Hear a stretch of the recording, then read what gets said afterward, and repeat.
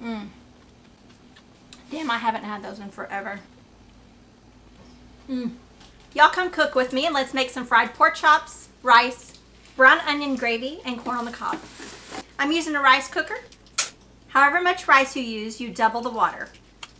We're gonna add some garlic powder, a little bit of chicken bouillon, some butter, and a little bit of EVOO. Our next step is adding the corn. I use frozen corn. Covering it in milk and water, about half and half. Add a little bit of Tony's, some garlic powder, and some butter. And let this cook on medium heat. My back burner doesn't work. Season your pork chops however you'd like. Salt, pepper, garlic, a little bit of smoked paprika. Instead of salts, I'm using Tony's. Give it a nice little rub, turn it over, and do the same thing. To our flour, we're gonna add some panko, some Tony's. My video cut out, but in our eggs, we have a little bit of Worcestershire sauce and a little bit of milk. Start off by dipping your pork chops in your flour, then in your egg mixture, and back in your flour. In your cast iron on medium-high heat, add some bacon grease. I'm almost out. We'll add some butter later, and a little bit of vegetable oil. While your grease is heating up, pour you a glass of wine. As soon as your pork chops start to get a little color, usually takes about 3 minutes. Place your pork chops on a wide rack so you don't get soggy bottoms. Those are pretty. Okay, so I don't need this much grease. Plus I want to add a little butter.